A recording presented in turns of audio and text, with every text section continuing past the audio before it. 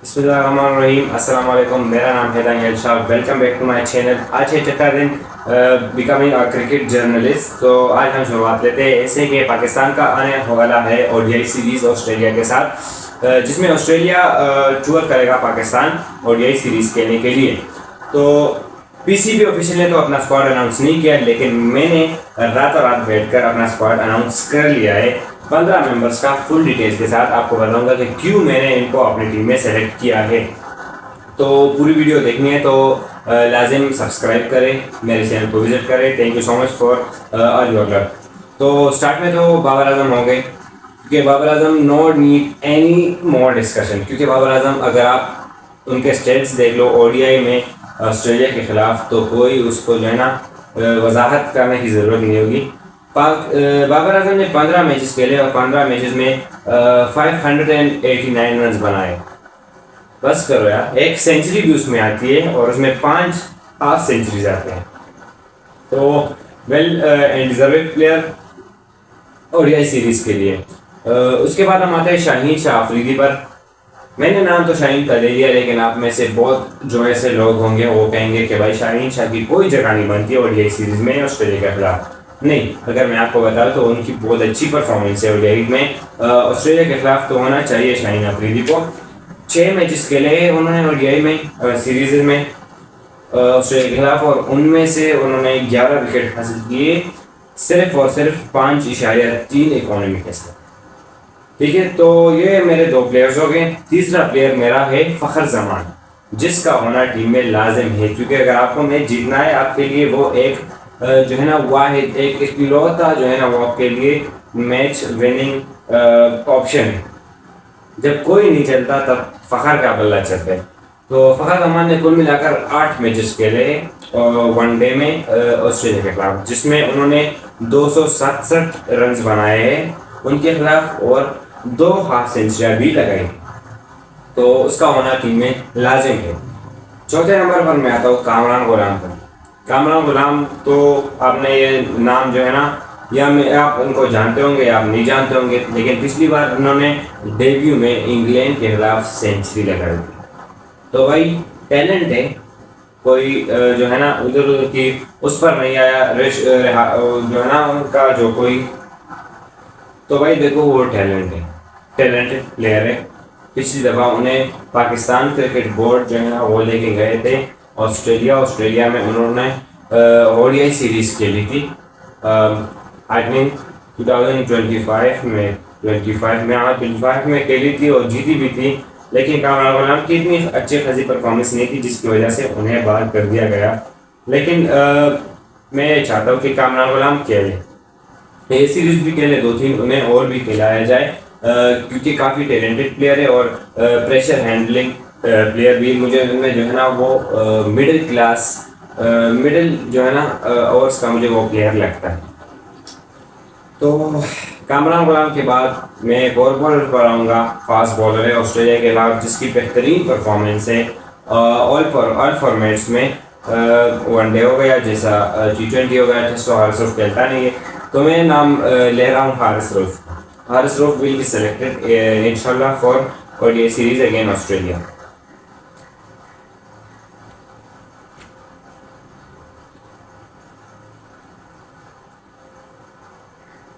हारिस रऊफ के बाद हमारे पास आते हैं एक विकेट कीपर मोहम्मद रिजवान, जिन्होंने भी माशाल्लाह से 6 मैचेस में 212 रन बनाए हैं ऑस्ट्रेलिया के खिलाफ, जिसमें उनकी 2 हाफ सेंचुरियाँ भी मौजूद है। तो मोहम्मद रिजवान का बनना भी जो है ना टीम में लाजिम है।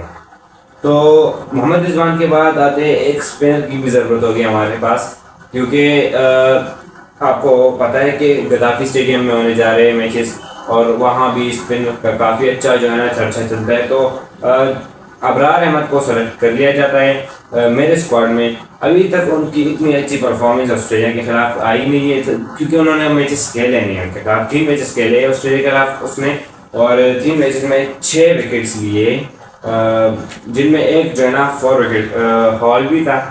तो अच्छा है अबरार जो है ना स्पिनर्स के लिहाज से स्पिन में अच्छा हमारे पास ऑप्शन है। तो दूसरे प्लेयर पर हम आते हैं मोहम्मद अब्बास अफरीदी। अब्बास अफरीदी को आप सब जानते हैं, जिसके साथ ज़्यादती पर ज़्यादती होती जा रही है, अच्छा परफॉर्मेंस दिखाई दे रहा है उसकी तरफ से। लेकिन पाकिस्तान क्रिकेट बोर्ड ने कसम उठाई है कि भाई अब्बास अफरीदी को हमने नहीं खिलाना PSL और लीग्स के अलावा। भाई वो बंदा फुल टैलेंट से भरा हुआ है, स्लो डिलीवरीज अच्छा करते हैं, फास्ट बॉलर, इंग्लैंड के न्यूजीलैंड के पिचेस पर बहुत अच्छी परफॉर्मेंस दिखाते हैं। तो भाई क्यों उसे सेलेक्ट नहीं किया जा रहा? तो ये मेरे पास जो है की प्लेयर है अब्बास अफरीदी। अब्बास अफरीदी के बाद एक और भी ऐसा प्लेयर है जिसके साथ मेरे ख्याल से पाकिस्तान क्रिकेट बोर्ड बहुत ज़्यादती कर रही है, वो है सुफियान मुकीम। पिछली दफ़ा उनको जो है ना ले जाया गया था न्यूजीलैंड में सीरीज़ के लिए, जिसमें आई थिंक सिर्फ जूनियर्स गए थे, पाकिस्तान की C टीम्स गई थी। बड़े कोई इतने अच्छे खासे प्लेयर नहीं गए थे, मतलब बाबर हो गया, रिजवान हो गया, नसीम शाह हो गया, इतने अच्छे प्लेयर्स नहीं गए थे। हसन नवाज गए थे, अच्छी परफॉर्मेंस उसकी इतनी खास उस लीग में, उस टूर्नामेंट में भी नहीं थी, सॉरी सीरीज़ में। तो सुफियान मुकीम की मैं बात कर रहा हूँ। सुफियान मुकीम बहुत टैलेंटेड है यार, बहुत टाइम बाद आपके पास ऐसा स्पिनर आया है जिसके पास हर तरह की जो है ना क्वालिटीज़ मौजूद है उसमें।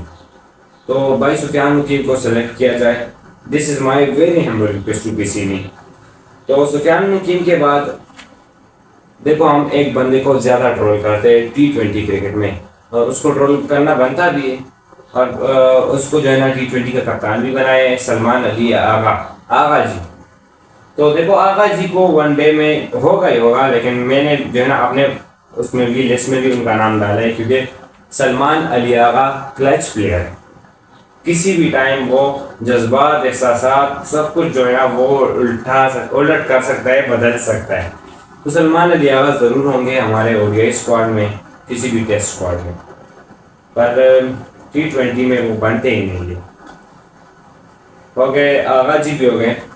तो आगा जी के बाद आते हैं हमारे पास पाकिस्तान का यंग टैलेंट माज सदाकत, जिन्होंने पाकिस्तान शाहीन्स के लिए भी बहुत अच्छी परफॉर्मेंस दिए। आई थिंक 3 मैचेस में लगातार वो मैन ऑफ द मैच भी रहे एशिया कप जो हुआ था, और माशाल्लाह से बहुत अच्छी जो है ना क्रिकेट खेलते हैं, वो ऑलराउंड परफॉर्मेंस देते हैं, बॉलिंग से भी और बैटिंग से भी जो है ना वो अच्छा फ़ायदा उठाते हैं। तो माज सदाकत का होना भी लाजिम है। नसीम शाह की अगर हम बात करें, नसीम शाह की इंजरी भी हुई है थोड़ी सी। भाई वो उससे बस एक मसला है नसीम शाह से ये मसला है कि वो अपनी फिटनेस का ध्यान नहीं रखता। फिटनेस उसकी आज आता है 1-2 हफ्ते बाद आ जाते हैं इंजरी से, पहले ही मैच में वो इंजर्ड हो जाता है, फिर 2-3 महीने के लिए बैठ जाता है, फिर जब 2 मैच सीरीज या 3 मैच सीरीज के लिए आ जाते हैं, पहले ही मैच में वो इंजर्ड हो जाता है। तो वो एक तो किसी बंदे की जगह भी खा जाता है, तो और दूसरी बात है बहुत अच्छा बॉल करता है, लेकिन फिटनेस उसकी अच्छी नहीं है, तो किसी न किसी जगह से वो इंजर्ड हो जाता है। तो नसीम शाह मेरे स्क्वाड में तो सेलेक्ट हुए, अगर अच्छा रहा तो वो पाकिस्तान के लिए काफ़ी फ़ायदेमंद साबित हो सकता है। एक और स्पिनर हमें चाहिए जो जिसका नाम सुनकर आप हंसोगे भी, लेकिन हंसना नहीं है, क्योंकि फरहान भट्टी साहब ने कहा है कि शादाब हंस क्यों रहा है। मैं शादाब की बात कर रहा हूँ, शादाब का होना लाजिम है भाई। शादाब स्टेडियम में मैचेस होने जा रहे हैं, पाकिस्तान में होने जा रहे हैं, तो ही इज़ गुड। उसके स्टेट्स भी अच्छे हैं काफ़ी, बैटिंग के लिहाज से भी और बॉलिंग के लिहाज से भी। मैं बैटिंग के लिहाज से बता देता हूँ, वो 7 मैचेस में मतलब इतनी अच्छी नहीं की गई, लेकिन विकेट्स अच्छे लिए उन्होंने। 7 मैचेस में 8 विकेट्स लिए, इकॉनमी लेस है उसकी, 4 इकॉनमी है। तो इस जो है ना इकॉनमी के लिहाज से हम शादाब खान को अपने टीम में ला रहे हैं। तो 14 बंदों की स्क्वाड मैंने अनाउंस कर दी है, और 15वां जो है ना वो हमारे पास इफ्ती मिनिया है, इफ्तिखार अहमद है हमारे पास रह गए। तो अभी आप सोचोगे कि भाई इफ्तिखार अहमद कुछ भी नहीं, मतलब ये भाई आप पागल हो गए हो या क्या हो गया है, बूढ़ा हो गया बंदा। भाई शेर बूढ़ा भी हो जाते हैं तो शेर शेर ही रहता है। तो अभी तक इफ्तिखार अहमद की बहुत अच्छी परफॉर्मेंस गुजरी है, पिछले PSL में जाकर देख लो।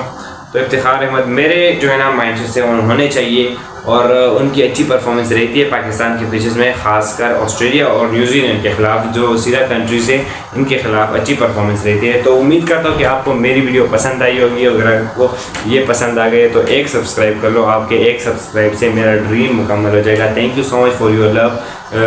सब्सक्राइब।